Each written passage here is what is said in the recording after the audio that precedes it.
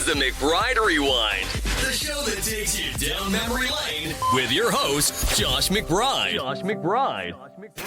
Welcome to the McBride Rewind. I'm Josh McBride. Today, sitting down with a very close friend of mine. You may know her from Full House, Jodie Sweetin. We talk everything from growing up on Full House, struggles she's been through, and what's coming up next. Jodie, I'm so glad you're here because not only are you one of the first people on our podcast, but we are actually close friends outside of business and media and yes, we actually are. Like, we are friends in real life. Yes, like, not just like, life. Oh my God, hi, love to see you again. No. Yeah, no, we actually hang out and get into very crazy adventures. Like, not dangerous.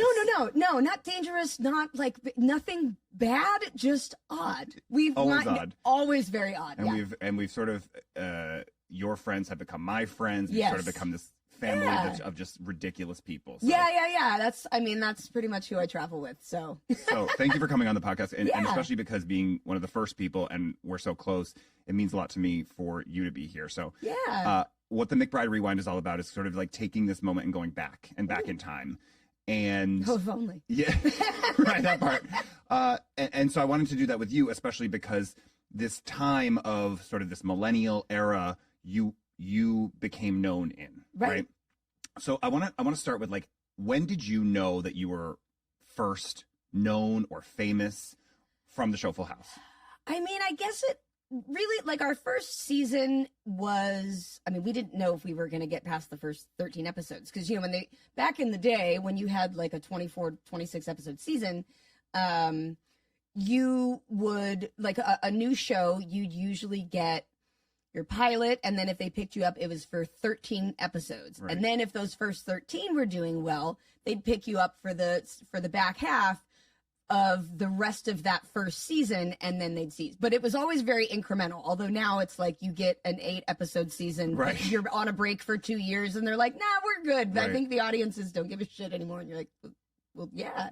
So this was like in the day that it kind of would build up, and by the second season, we found our audience. Like, we found families and kids, and I'd say it was around like end of second season, third season, I started getting recognized more.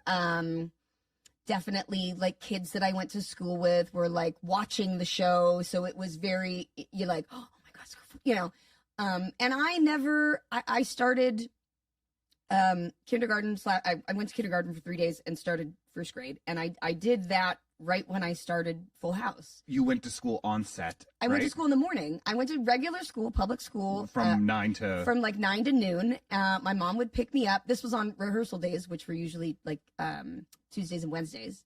She'd pick me up from school, usually with Taco Bell Mexican pizza, because I love those. Still do?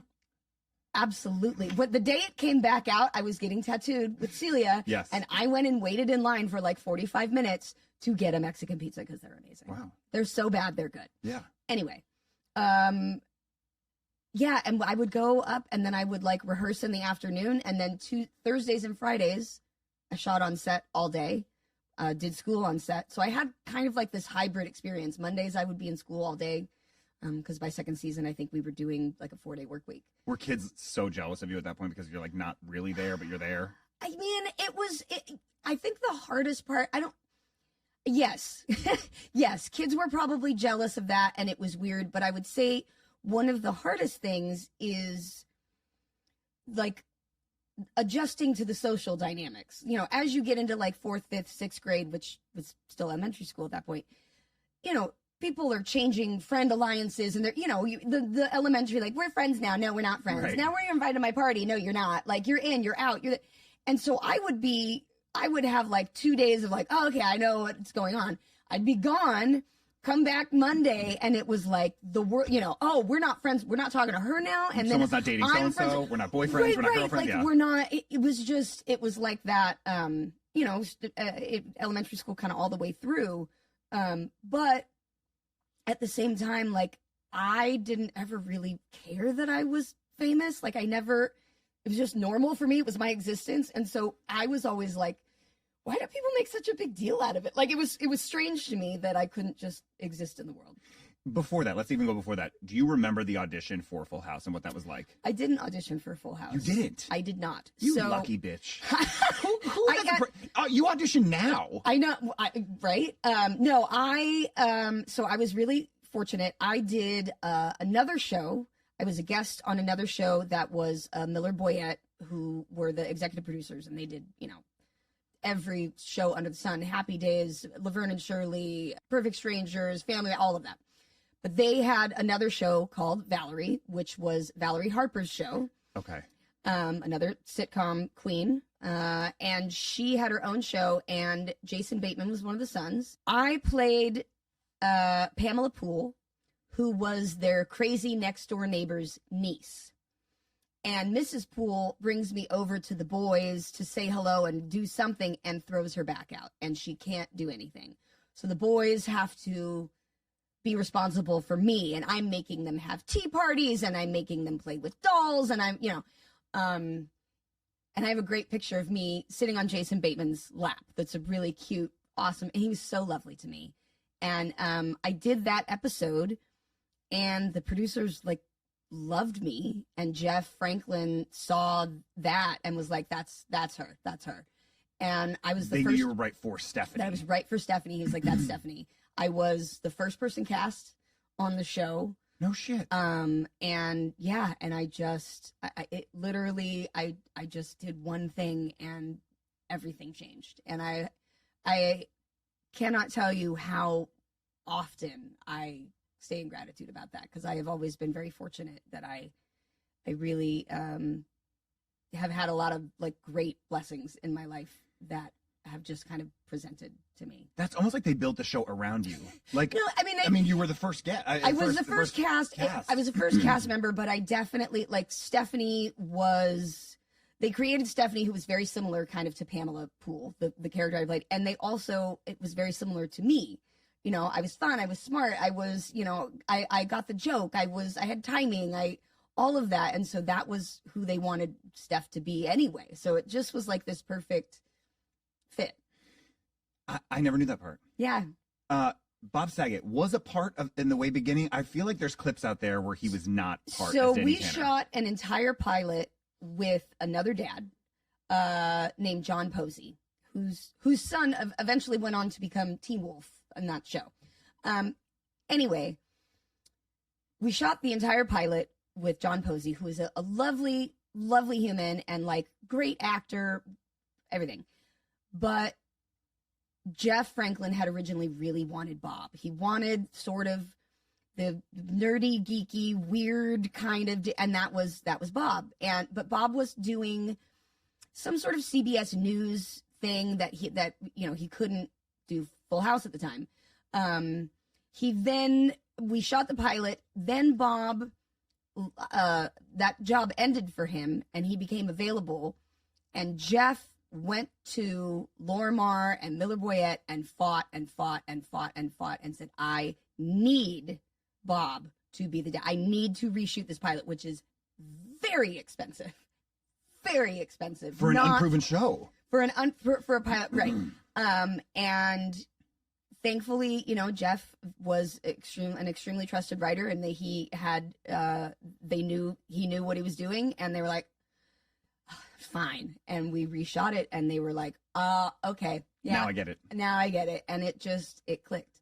And it really, that Bob was the last sort of piece that really we all fit together. Did everyone get along when you first started? Because it's all strangers, and it's very probably different being on a show where it's a bunch of kids. Right.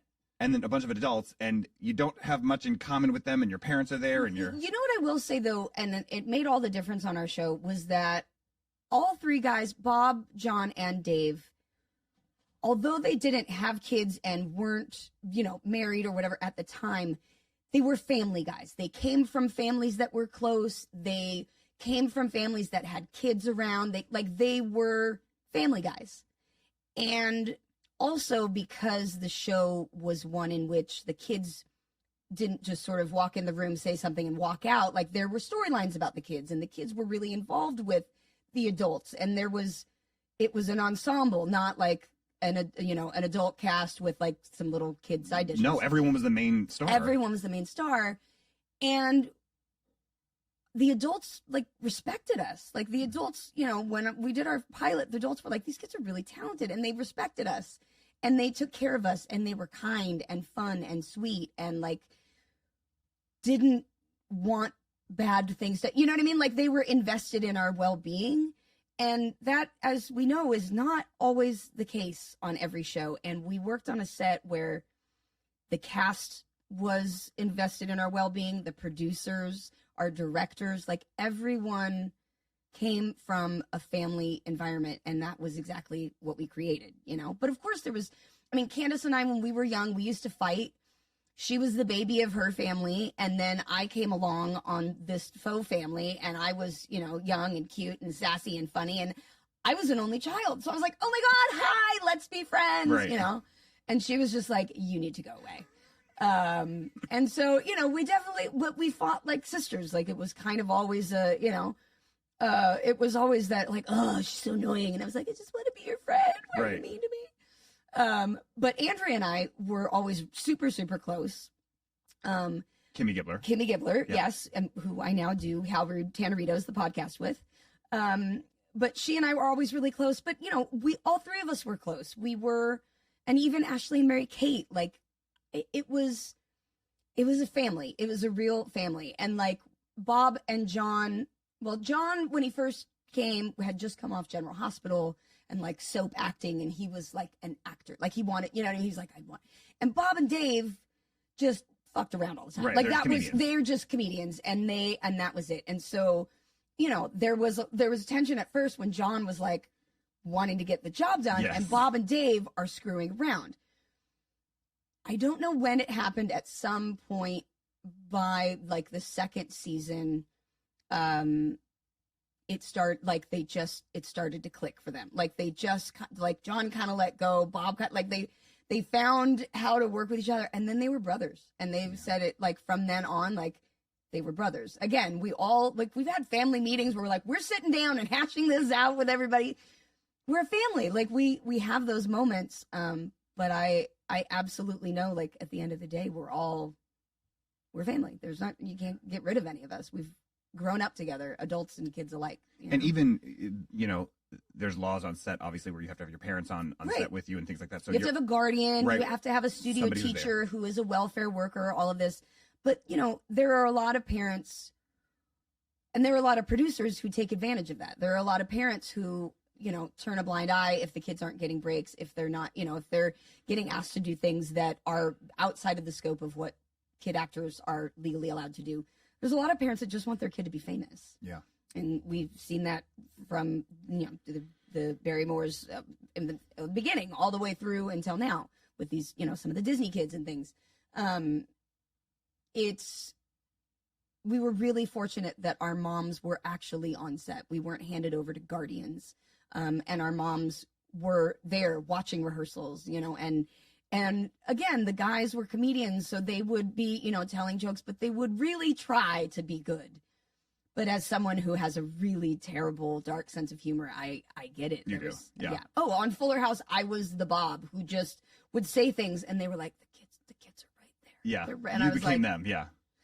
Well, at least it was funny. Yeah. Exactly. The joke made right. sense. The joke worked, so it was fine.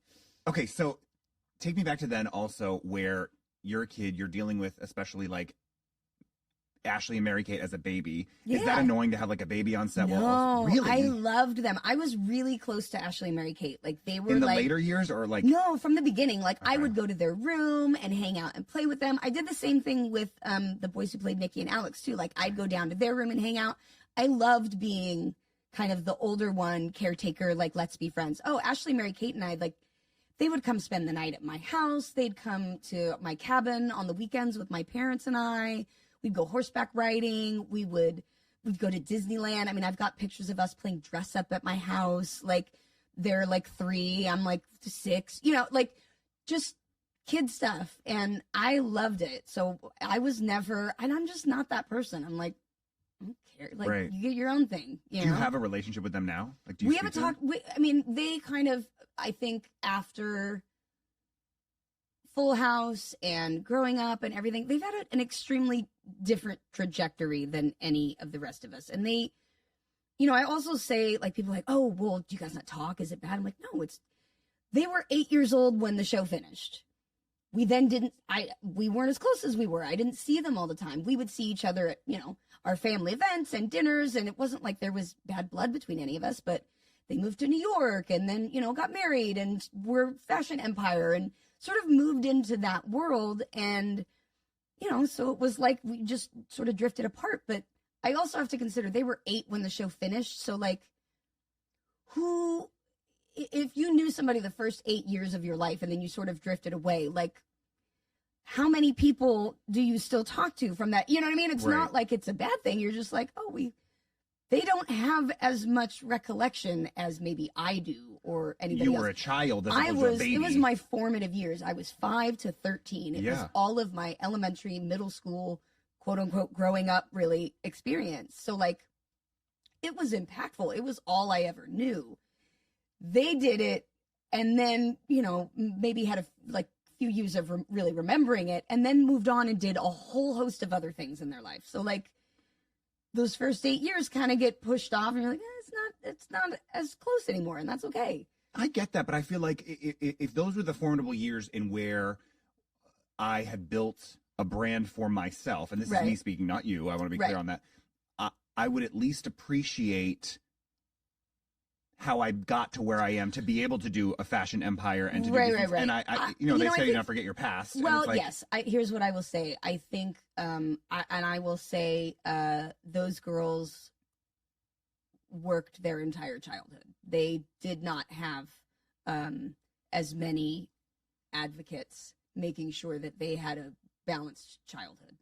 So I can only imagine that their experience was very different than mine or Candace's. We would take a hiatus and I'd get a few months off. I'd go be a kid. We'd go on vacation. We do these things. They would be doing movies and the mystery series and the, product launches and all of this stuff. And it was a lot. It was a lot for them. And I think at some point they were like, this isn't what I wanted to do ever. And I did a lot of it. And like, I just kind of want to go away from it. They seem like they do a good job. Like, you know what I mean? Yeah. And I think that's the thing is they're very private people because they lost that before they ever, and I kind of get that too. I've never known not being sort of in the public eye. They really haven't. And so I think they fiercely protect that privacy, but like when Bob passed, it was the first time that all of us had been together in a long time. Bob would see them in New York and, I had seen him a couple times in LA or what, like, again, it wasn't bad blood, but that was the first time we'd all really been together again. And it was just like it was before. It was normal. We all, spent like 4 days just constantly together after Bob passed. And it was like nothing had changed. Yeah. So I know that like, it's not that there's not a relationship there. It's just that we live very different lives.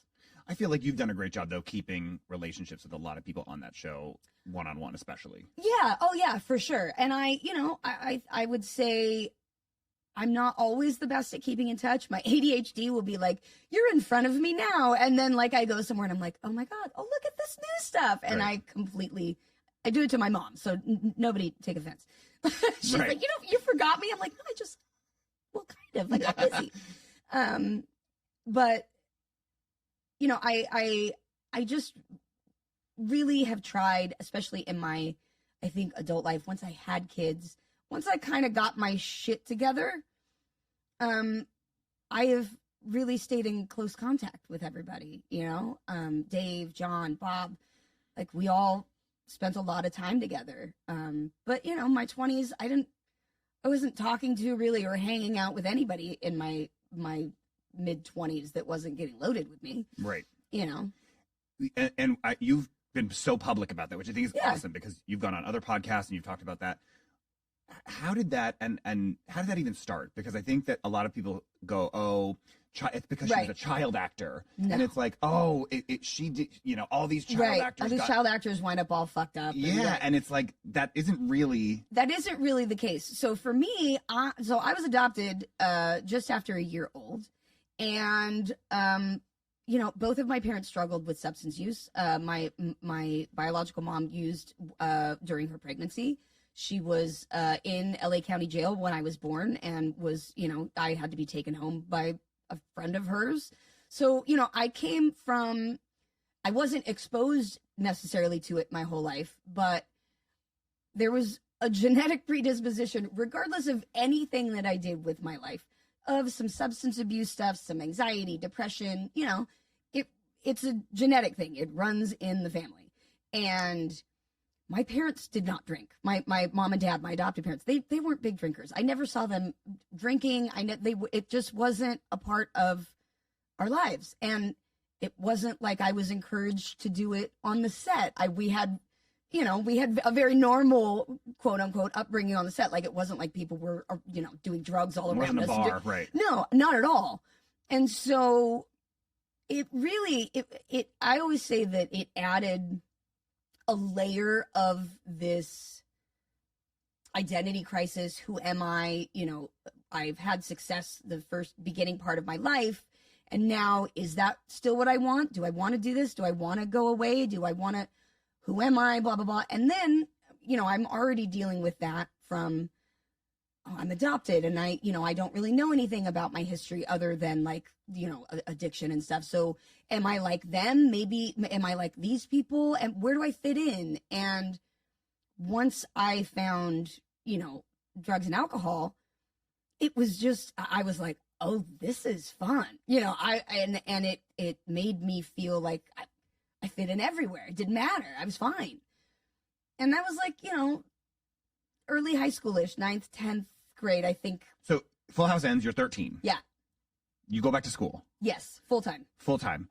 And your life is significantly different, right? You have money, No, I mean, not at that point. At that point, I was living the life, I was under 18. I didn't have access to my money and my parents were, we didn't live some extravagant life. My dad still worked all through, he was a blue collar job, worked that all throughout being on Full House. Like, we had a nice house and we got to, do nice things and I was able to afford things, but we did not live some more than most 13-year-olds. Yes. So yes. You go back to school, you're 13, everybody recognizes you now because you've had this great sort of career. Right. You were 13 when it ended? Yeah. Yeah. I was in 8th grade because I skipped a grade in school. That's why I did kindergarten for 3 days. You were older when it ended. No, I was 13. Wow. Okay. So you go back to school and you're in 8th grade? Mm-hmm. Okay. And you discover... I wouldn't say that's until maybe later 9th grade. 8th grade and stuff, I was still like a pretty good kid. I kind of went 0 to 100. I was hard to readjust though, right? Because now it's full time back in school, right? Right. Now it's full time back in school. But honestly, I was like, oh, this is so great. Just about the time that everyone's like, oh my God, school all day. I was like, this is so great. I get to be here all day. Because you hadn't been. Right. And I went to a performing arts school that was within my high school. The Orange County High School for the Arts. So I did musical theater and we had classes from 2 to 5:30 every day. So my days were longer. It's something I was used to, kind of still performing, keep going, but it was, a little more normal, right, quote unquote. But I was still auditioning. I think I did a couple episodes of Yes Dear. I did, a few other things in the interim and sort of early college time. But yeah, it was nice to be a normal kid for a little while. No kidding. Yeah. Okay, so then you get to 9th grade. Yes. And you're at Candace's wedding, and you talked about that on another podcast. Yeah. I think, it was 9th or 10th grade. I was 14. And then it just hit you this is something I want. This is fun. This is great. It was like that thing. So here's the thing. So my mom has always said, my mom used to jokingly say, she was like, from the time you were 2, I knew I could walk out of the room and come back in and you would be doing the exact thing I told you not to do. And you'd have 3 people doing it with you. And I would always jokingly say that that's leadership, but definitely, whatever. 100%. Yeah. I'm like, you're welcome. Yeah.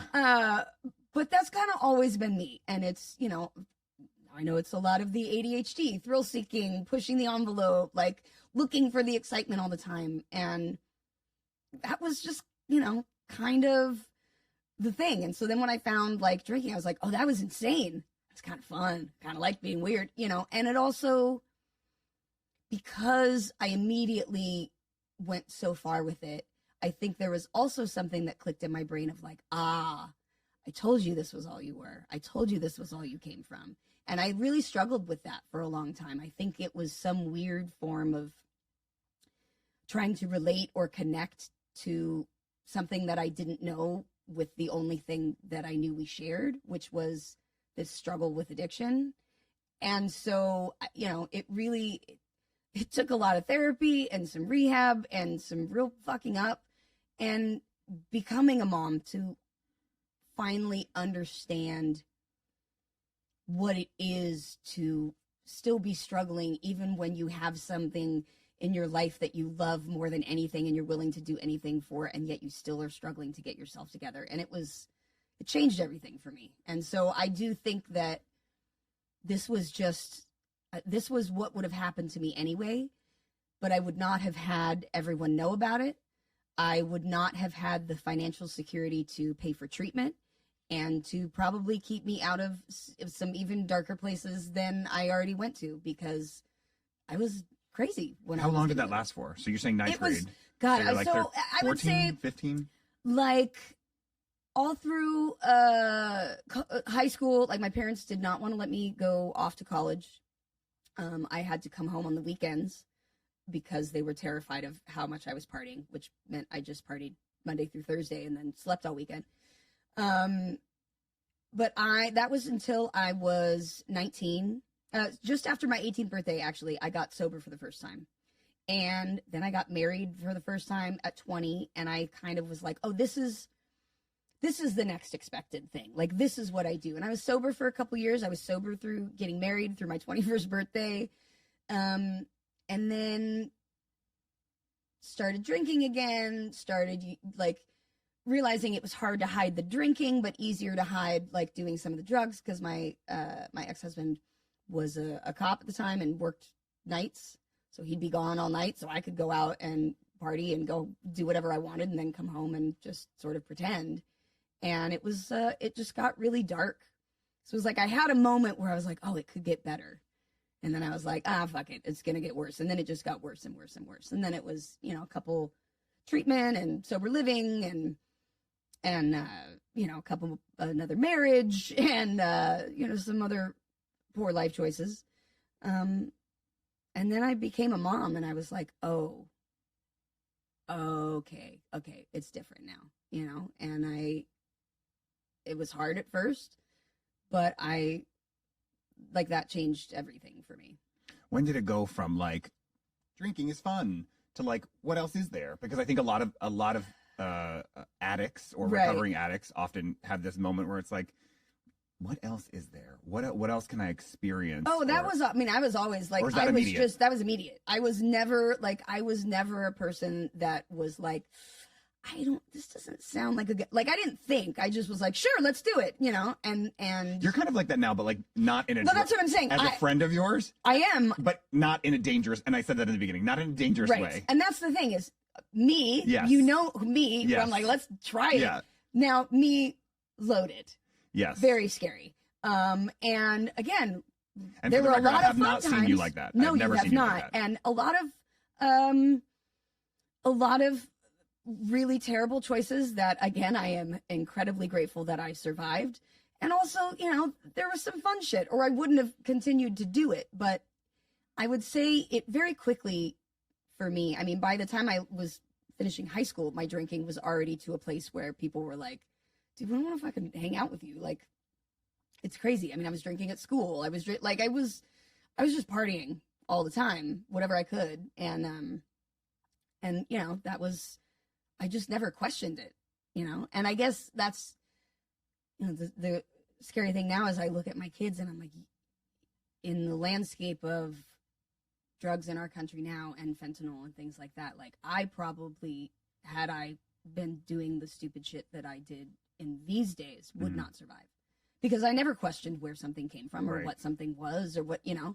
And I know that there are times I'm very lucky to be here still. What amazes me about you also, and I don't know if I've ever told you this before, is like, we've gone out together and we've gone to a bar together and you get water or you get like whatever. Oh, but you're not drinking, and like you're around a lot of people that are. Yeah. So I think like two questions in that is, how do you do that? And then what do you tell addicts that also struggle with that all the time? Because that's really challenging. And I've gone out to dinner with you and I've gotten a drink all the I think it was, I'm trying to remember one time we were at dinner. It was 3 of us had a drink. Maybe 2 of us had a drink. Right. And you and our other friend did not. I think other people, like, I think you worry more about drinking in front of me than I even consider it. Just because. That's hard for a lot of addicts. Here's what I will say. In the beginning of my sobriety, when I first quit drinking, it was really hard because all I knew how to do in order to have fun and feel okay in my skin and not be, all of these anxiety-ridden things was to be drunk. And that was what I did. I went out, we drank. I stayed home, I drank. Once I got sober, now it's been, oh my God, almost 18 years since I've drank alcohol. Because Zoe was like 4 or 5 months old. I don't even think about it. To me, I just look at it and I'm like, oh my God, it looks so awful. Like, it just looks, because I know me, I'm like, it talks about in 12-step programs, that we wanted to drink, we wanted to learn to drink like gentlemen, quote unquote. The book is old. Right. And what I realized is after doing a lot of therapy, a lot of 12 steps, a lot of soul searching, was like, oh, I don't want to drink like that, though. I want to drink to oblivion. I just want to be insane and like over the edge. And I think like now I enjoy who I am so much. And I'm like, oh, I'm so okay with me that it's not even a thought. Like, that just seems terrible. That seems like a hangover, and I'm too old for that shit, and I want to go to bed at 9, and like, it just is not even a thing. But like the first year of sobriety, and there are a lot of people that still are like, I feel really uncomfortable in a bar, and great. That's, a boundary that they can. That's a boundary that you get to set. For me, it doesn't make me uncomfortable. I don't care if people are drinking around me. I actually think it's hilarious when my friends get drunk around me because I will remember it and they won't. Right. And so I just get Yeah, exactly. And it's great. Thank you very much. Yes. It's hilarious. But yeah, it's just like a non-issue to me. That's pretty big and do you call yourself a former addict? Like, how do you say it? I just say like, I'm sober. I don't drink alcohol. Like I try and not be an asshole on a daily basis. I try and make amends when I have been and be of service and like do all of the things that I've been taught to do, with my relationship with the universe, with my higher power that I am constantly like, all right, we need to talk. Yeah. And I want to get to that too. What do you tell recovering addicts in that? Is it sort of set your boundaries? It's set your boundaries. It is this. There's no reason that you have to go back to a bar. There's no reason. And if that is a place for you that is really hard or triggering, or it is something that makes you super uncomfortable, don't do it. If being around people who are drinking makes you really uncomfortable, say it. Stand up for yourself. Set that boundary. Because that's, you need to stand up for what you need in your recovery. It doesn't mean that you get to like go and shame everybody, be like, none of you can drink now at a dinner, but it's just maybe going, we're going to, a particular restaurant. Everyone's going to order a couple bottles of wine. I'm a little fragile right now. I don't think I want to do that. Great. You got to know yourself, and you also have to work a really good program. You have to, this is not just something that happened. I did a lot of work, a lot of soul searching, a lot of writing and looking at why I drank in the first place and what it did for me. And now that I've healed those things, the appeal isn't there. I'm like, no, you're not going to do for me what I want you to do. I don't need you to do that anymore. So like, you can fuck off. What an amazing place to be, because I think a lot of people don't necessarily get there, right? Yeah. And it's great for you to be there. And it talks, in recovery programs, in 12-step meetings, you will hear, that it talks about the obsession will be lifted, that after you do the work, after you really get to a place where you're secure in your sobriety, suddenly the like, oh my God, I should get a drink. Are they drinking? Should I be drinking? Are people thinking about my drinking? Like that just kind of goes away. Cause again, you've healed so much of what led you there in the first place that like those panic thoughts aren't even in your brain anymore. Really, and once if they pop up, you're like, I know you, and you can work through it, remove yourself from the situation, whatever it might be. Like, but it takes a lot of hard work to get there. It takes a lot of hard work to undo patterns that most people have done their whole lives. I think that's really inspiring for a lot of people that may watch this and go, that's something that I need to get to. Yeah. You know, I want to switch gears. You often go viral on TikTok, on social, you've always been a person that's down for the people, down for a cause. You're at the Black Lives Matter protest. You're at the LGBTQ plus protest. First of all, there was one video I remember, and I think I sent it to you, and I was like, are you okay? And you got pushed. Yeah. This isn't even in my notes, but you got pushed. And I was very concerned, and everywhere was like, Stephanie Tanner got pushed. Right. First of all, what was it? Were you okay? What happened after that? I think it became this sort of bigger thing than maybe you even thought it was. I don't even know if you saw it. Oh yeah, I did see it. So my friend Michael Ade, who I have done a lot of protest stuff with, was the photographer that got it, and he actually asked my permission if he could post it and send it to a couple people. I actually the first time I was like, I don't want to. I was like, I don't know that I want to do this. Like, I don't want it. I don't want it to be about me. So like, first couple days, and then he was like, well, brought it up again. I was like, you know what? Okay, fine. Like if this will get people talking about it, and the protest was in regards to the repealing of Dobbs and the Roe v. Wade. That's right. And women's reproductive rights, and that's hugely. I mean, it's vital to me, and I have two daughters, and I was just outraged, and I don't have a problem. Again, that thing where the sort of like, oh, don't run into the danger. I don't have that. Like stuff goes bad, and I'm like, I'm in, you know, yeah. And I just we were out protesting, and I think we may have been on a freeway on ramp exit off ramp thing, kind of. Sure. Doing things. Yep. And I was coming back through the police line because I'd been on the other side behind them, and I was coming back through, and dude just tossed me as I was like coming back through, the line. I was like, all right, cool. It was not the first time, not the last time, not the worst thing that's happened or that I've seen. Like, was out recently at some anti-ICE protests, helping my friends triage, people behind cars that have gotten pepper spray shoved down their throats and stuff. It's just, I've always been that person, even as a kid, even at in high school, no matter what, like, I was like, no, you're not going to fuck with like my friends. Yeah. Or anybody that you think is like less than you. Like, we're not going to play that game. And if I so happen to have the ability and the privilege to put myself in the middle of it and get attention for it, great. Where do you think that passion and like fire inside came from? Because you're always down, and social media is always like on your side, and all the accounts are on your side. And then twofold, they also do this thing where they pit you and Candace against each other because of your political beliefs. Right. Often. Yeah.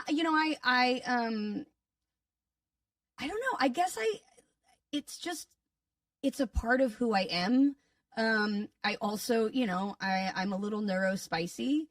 So there's a little ADHD, happening, and we tend to be extremely sensitive to justice and fairness and inequity because it just doesn't make sense. Like it just doesn't compute. So you're like, why would you, what? And it is always rested like deep in my soul, to help other humans. Like, or just try and do the right thing. Even when I was a fucking nightmare, and I didn't ever try to be mean. I probably was sometimes, but it just is ingrained in who I am. And I don't give a shit if it, I do a lot of things now and I don't post about it because I don't feel like getting targeted. It's probably a little late for that, but I guess I'm like, what? If you have the ability and the voice and the lack of fear and the determination, then like, why wouldn't you say something and be out there? And I just have. So, yeah. And I also, I grew up in Orange County. Don't hold it against me. And I always say, I'm like, but very close to LA. But I think I was exposed to so many different kinds of people. Gay people, people of color, trans people, like creative people, weird piercings, dyed hair, and they were my family growing up. They were wardrobe costumers and writers and people that I loved and so I just was like, well, this is just what we do. This is just humans.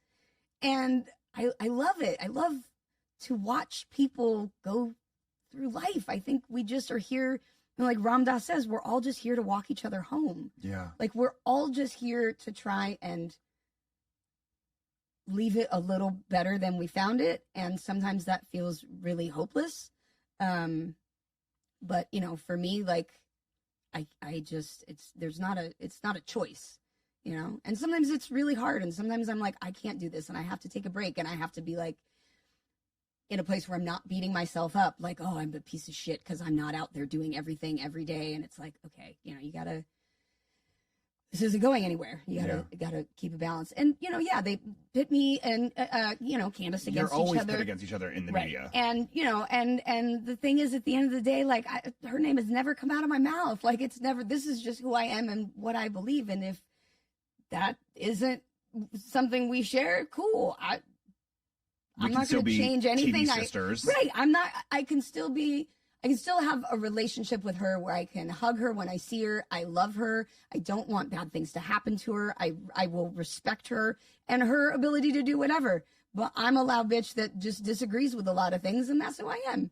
And that's okay. I think we're in this world where you cannot have difference of opinion. Right. I don't think we hang out in too many of the same places where it's. I don't think so. We do pretty different things, and that's okay. She does her, I do me, and that's who we have always been, And even when we were on Fuller House, I would joke with her and poke at her about stuff, and I also have gotten into. Right. We are friends outside of here, and I've gotten into disagreements with her as well, and. Right, and I'm like, cool. I don't hate you. Yeah. Just don't see eye to eye on a lot of things that I find important, and that's okay. And that's okay. Because I am, gonna go out in the streets and say fuck ICE and watch that Bad Bunny show and get out of my chair and be dancing and loving it, and it was great. And that's just the choices that I'm sure will make. Be. Yes. Sure will be. You have 2 daughters. I do. Let's talk about, would you ever, let's say they came to you one day and were like, Mom, I want to do entertainment. My youngest one does. Yeah, for sure. In a bigger way. Yes, she will be.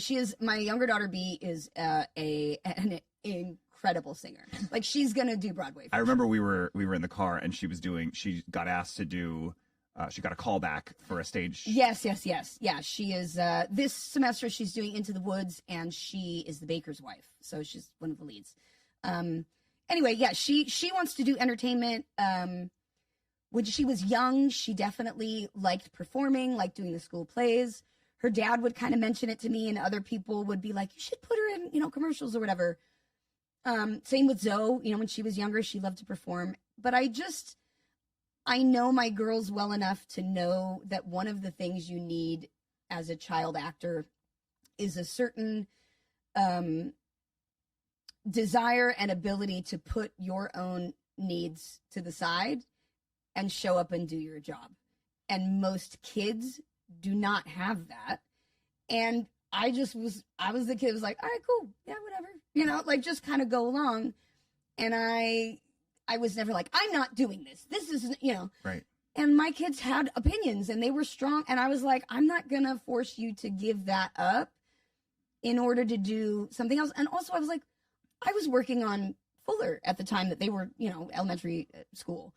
I was like, who's going to take you? I can't take you. You're in school. And I was like, I wanted them to just be able to have fun performing if it's what they love to do, but they don't need to make a career out of it. They did Is a that an guest option? appearance on the show, Right. and like, but if you want to do it as you get older, great, go for it. There's nothing. I'm totally going to encourage you, but like, I just don't think you have that thing where it's not going to be absolutely miserable and you would resent it as a kid. Right. Because you're missing things and you want to do things. Like, there were a lot of things I missed, but it was like, you get upset and you move on. I didn't want to have to make them make those choices. Sure. Yeah. You mentioned Fuller House. Obviously, that was the reboot. Well, do you call it a reboot? I don't know. I mean, I guess sort of. Yeah, we were like one of the first kind of ones that was like, Yeah. to do it. And did it successfully on Netflix? Yeah. Is there plans, do you think, to ever do another iteration of that? Oh, I mean, we always joke that like it'll be, fullest house, and we'll just be ancient, and the kids will be wiping our asses. Sure. I will never say never to anything, and if I got to come back in another 20 years and work with these people again, who I've known for my entire life, like, yeah, I would totally do that. I love what Full House has done. I love what it has created. I love what it means to people. And I think as I've gotten to be an adult and live a little more life, I understand just how important it is to have that thing that connects you to your younger, safer self. Right. And I know that Full House does that. So I'm thrilled to continue to do that in whatever way I can. Do you get good residual checks? Not anymore. Not anymore? No. I feel like that's, everybody always says, oh, I mean, I got a 1 cent check the other day. No, there's no syndication anymore because it's all on streaming. And Who gets paid for that? and they Nobody don't gets paid for that.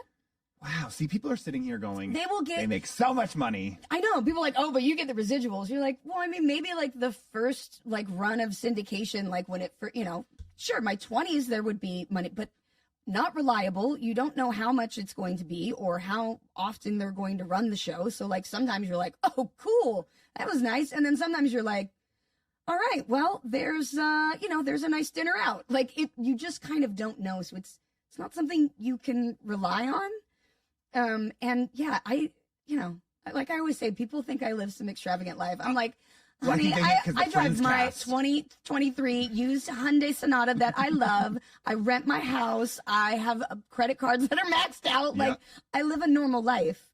And yeah, it's not, there's moments when you're like, this is going well. And there's sometimes when you're like, I need a day job. I think people just assume that you were on this huge, major, successful show and that you just made a ton of I'll be honest, residuals. I will do it sometimes too, where I'll see somebody, I'm like, oh my gosh, where are you? And then I'm like, asshole, they're a working actor too. Like, everybody gotta have a job. Right. Sure. You do have a comedy show. You do have a podcast. Yes. I want to talk about those. I've been to your comedy shows that are once a month. Yes, we do them monthly. It is, it's called Smoke Show with Sweetin, a comedy pageant.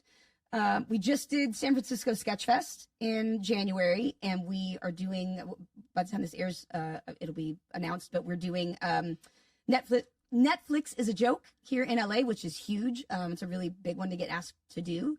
And it is, it's the most fucked up beauty pageant you've ever seen. We put 3 insane comedians through a ridiculous evening of challenges and getting to know you questions that are all more unhinged than the next, and then we crown the Smoke Show superstar with a meat stick bouquet. That's right. You talked about the podcast a little bit. It's nice that you still are able to work with Andrea Barber, who played Kimmy Gibbler. AB and I work so well together. Like, we've always loved working together.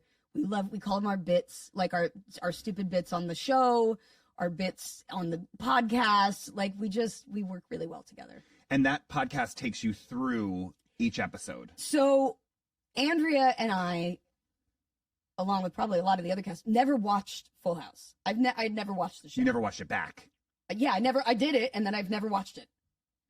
Like, it came out on a Friday, or was it Thursday? Thursdays? Fridays. Yeah. Fridays. Oh, I was right the first time. Okay. It came out on Friday, and you never watched it that night?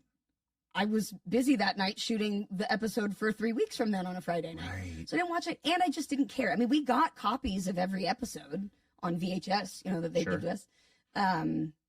I was just like, why do I want to watch what I just did? Like, I don't, it's not a big deal. Like, it's never a big deal. Like, I won't need to see myself on TV. And so I never watched it. Did your kids watch it? Not really. I mean, they had seen it, but like, they're like, this is kind of lame. I'm like, it's what we do best. Yeah. But yeah, I never watched it, and Andrea had never watched it.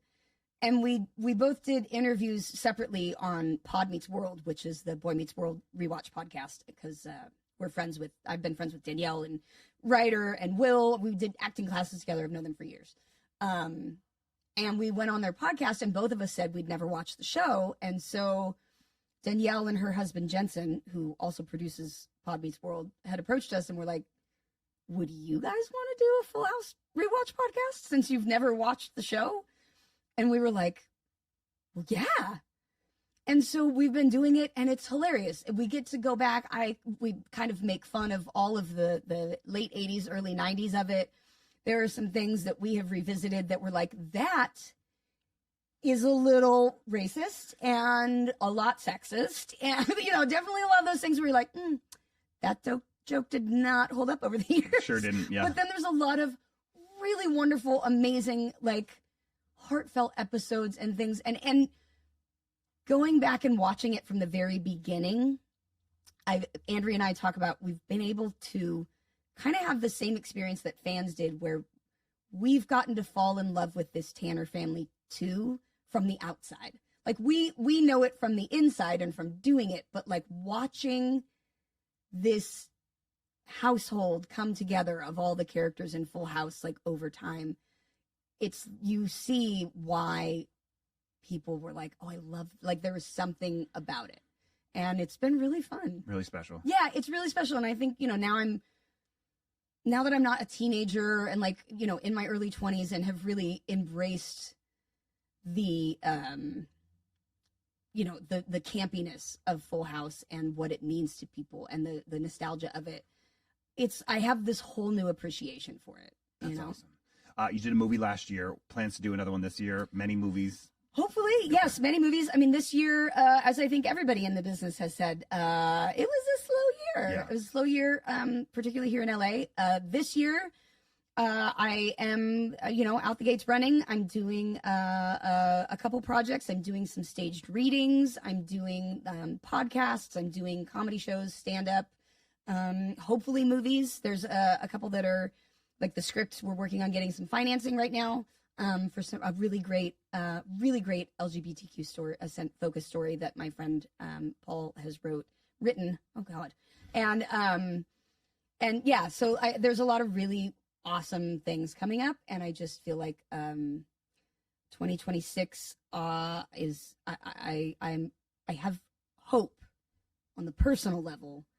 And hopefully the personal level success will be able to translate into being able to do more for the macro shit show that we are living through now. And we went to a concert, and Josh is friends with Ja Rule and his family and his daughter, but like family friends. You've gone to weddings, you've gone on vacations, whatever. Y'all are close. Very true. So you invited me. Yes. To go to this concert with you, and I was like, hell yeah, like, it was my 90s, fuck yeah, I'm going.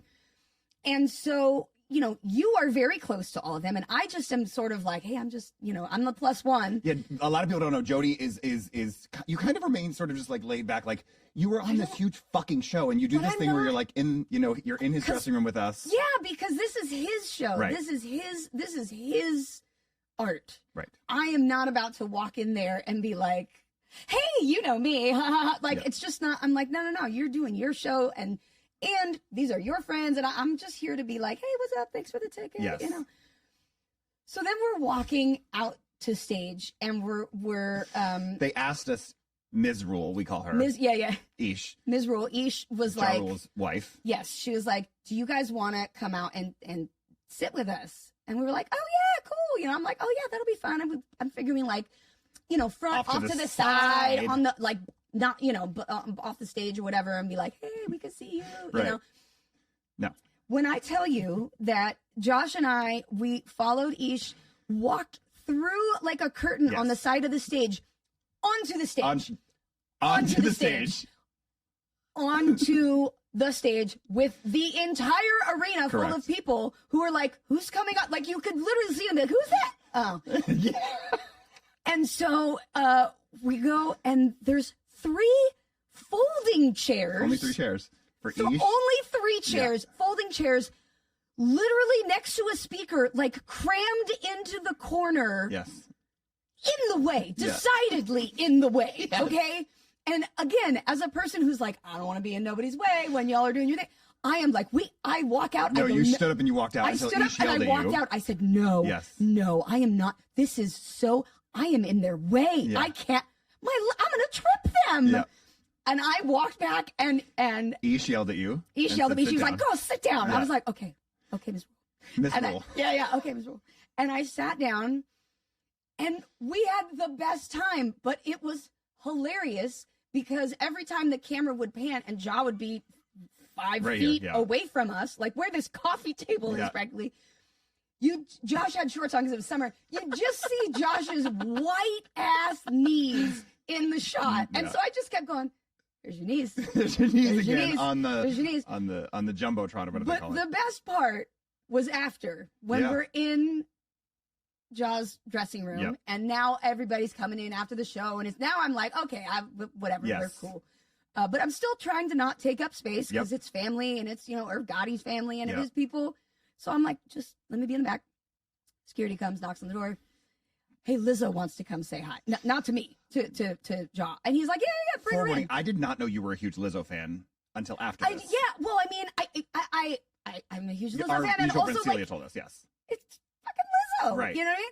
So anyway, I'm like sitting there on the couch, and in walks Lizzo and her friend looking all cute. Oh my God, hi. And she's like, never met Josh. She's a super huge fan. She goes around and introduces. Hugs all of us. Hugs all of us, gives us, which I was like, okay, you're sweet. I love you. Hugs all of us. Hi. Hugs me, and then looks at me and goes, wait a minute. Weren't y'all 2 on stage? Was that you 2? That's what And she I was said. like, I forgot that part. yep. She did say that. Yeah. That was us. And I just looked at Josh like, did you see? Lizzo was upset that we had better tickets. Right. Yeah. So yeah, that was the time that we had better seats than Lizzo at a concert. It's a great time. And I literally was sitting like this because I like Had to steer dancing, clear. people Yep. coming out. I could have stuck my foot out and tripped somebody. Not that I would have done that. No, I would. no. I would like to get invited back. I would not. Here to more good times with you. Thank you. So many You more were- good times. You were such a friend. You were such a heart. It'll be a random Tuesday night, and I'll get a text from you, and you say, just checking on you. You okay? So I love you. Thank you for coming on I as love one of you the first too. guests of the Oh first my God. season. This is big Absolutely. for I us. hope this is wildly successful. Thank you. I love it. You're an amazing human. And like I always say, I'm glad we became friends. Love you. Love you. You just finished another exciting episode of the McBride Rewind. If you like what you heard, subscribe and share this with a friend. And if you love what you heard, leave us a review and post us on social media. Tag us at the McBride Rewind on all platforms so we can see it and repost.